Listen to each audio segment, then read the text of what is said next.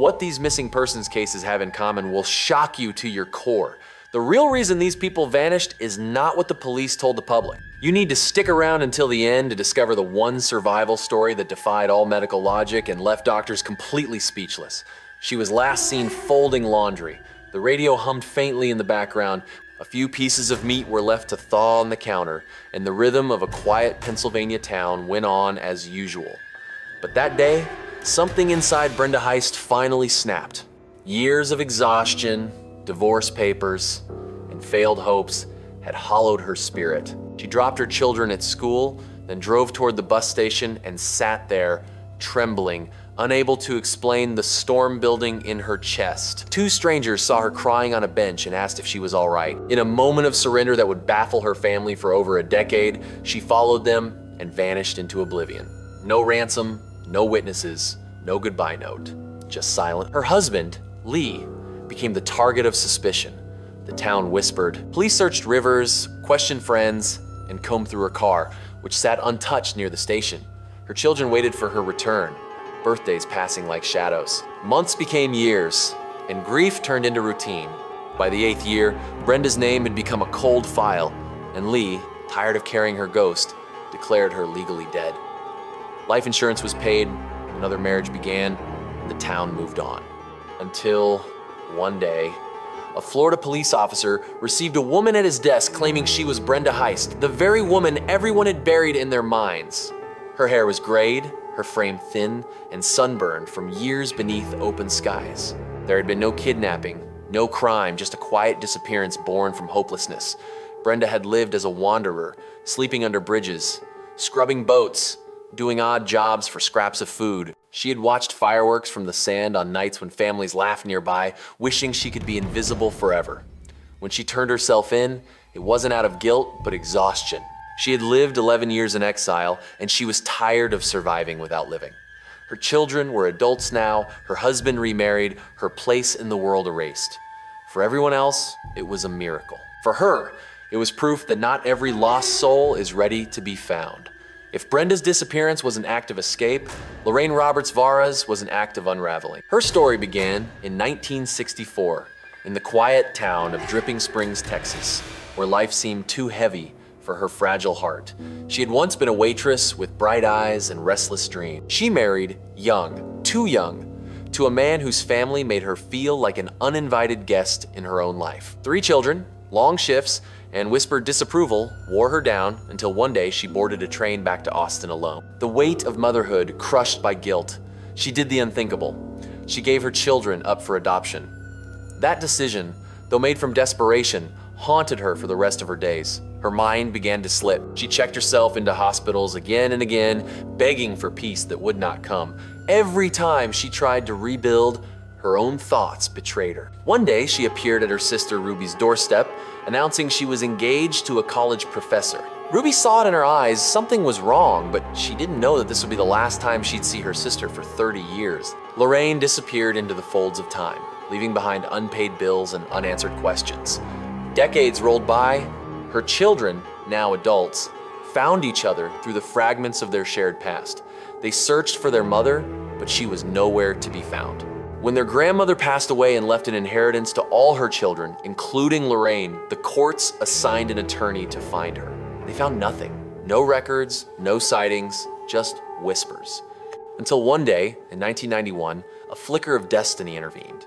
A television broadcast aired a public appeal, a plea for a missing woman named Lorraine Roberts. Hundreds of miles away in Little Rock, Arkansas, a quiet woman named Vera sat watching from her modest home. She was a housekeeper, gentle and reclusive, who had long buried the memory of who she used to be. As the face on the television appeared, she froze. Her own eyes were staring back at her from another lifetime. The next day, she called the number on the screen. When Ruby picked up the phone, she heard her sister's voice after 30 years of silence. That moment was like hearing the dead speak. Ruby flew out to bring her home, and 2 old women embraced, their lives bound by sorrow and forgiveness. Lorraine, or Vera, as she had called herself, had survived her own mind. She had built a small, simple life, hidden in plain sight, waiting for the world to remember her. And when it finally did, she found the peace she had chased all her life. If Lorraine was a ghost rediscovered, then Alex Cooper was a man who had never existed at all. He was the perfect husband, the loving father, the proud grandfather. He worked hard, fished on weekends, and told his wife Margaret he'd be back before sunset.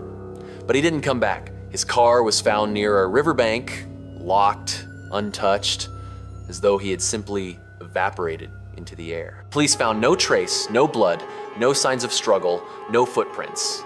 He was declared dead, mourned, buried in stories and tears. Then, when Margaret tried to retrieve his birth certificate to finalize estate records, something strange surfaced. There was no birth certificate for any Alex Cooper, no school records, no military history, no childhood. It was as if her husband had begun existing only the day he married her.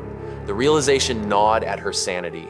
Who had she shared her bed with all those years? Who was the man she called her husband? The grandfather her children adored. 4 years later, across Canada, a man named David Cooper went missing in Toronto. Same face, same age, same profession. But when police tracked him down, they found something chilling. A photo of Alex Cooper holding his grandchild. Alex and David were the same man. His real name was Albin Arsenault, a man who had fled his old life after being falsely accused of robbery while working for the Union Pacific Railroad. In fear of imprisonment, he had vanished, assumed a new name, and lived a lifetime pretending the past never existed. But time has a way of demanding payment. When his pension required proof of birth, the wall of lies collapsed. And rather than face it, he ran again. When police found him at last, the truth spilled out like confession. He had loved his wife. He had cherished his family, but he could not tell them the truth, not after decades of pretending. In his eyes, he hadn't abandoned them. He had only protected them from his sins. The family forgave him because love sometimes chooses compassion over comprehension. But deep down, Albin knew the cruelest irony. He had spent his entire life running from a crime he never committed, only to imprison himself in a lie he could never escape. Michelle Whitaker's story was quieter, but no less haunting. She was 32 when she vanished, her name fading into the kind of silence that eats at those left behind. Her life had been a fragile mix of broken marriages, lost jobs, and heavy drinking, a chain of small collapses that finally led to one final disappearance. After a night out in South Carolina, she left a bar with a stranger. The next morning, she was gone.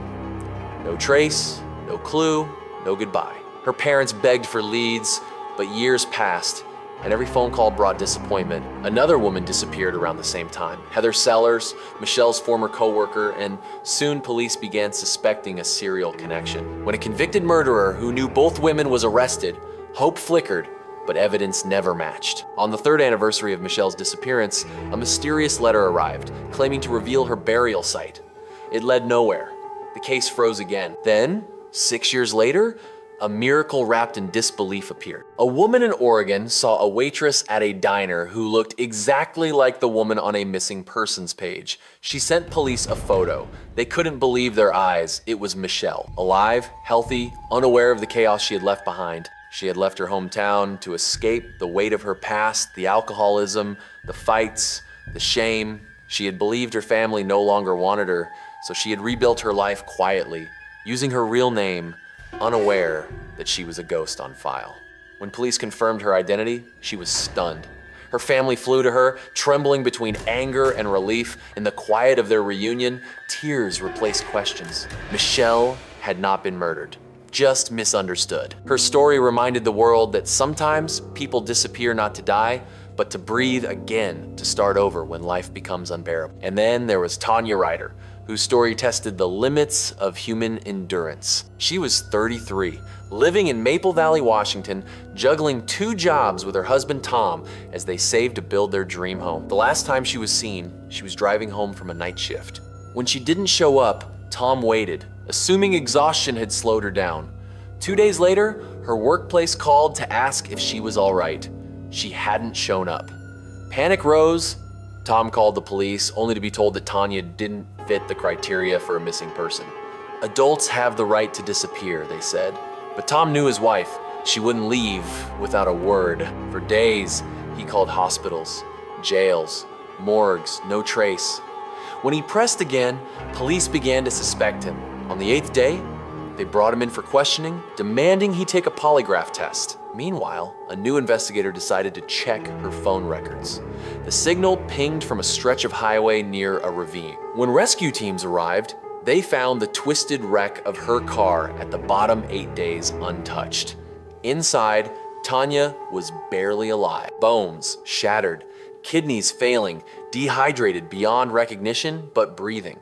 She was rushed to the hospital and placed in a medically induced coma. When she woke, she remembered flashes of rain, broken glass, the blur of headlights, and the hallucinations that came in the dark. She had prayed, cried, and drifted between life and death in the metal tomb that held her captive. Her survival was called a miracle, but it was more than that. It was a reminder of how close the living can come to vanishing forever, not because of malice, but because the world refuses to look deep enough. Her recovery was slow, but her spirit never broke. When she finally reunited with Tom, their embrace carried the weight of 8 sleepless nights, of every unanswered call, every accusation, every fear. Tanya's voice, trembling but firm, became a symbol not just of survival, but of persistence, of love that refuses to be buried under doubt.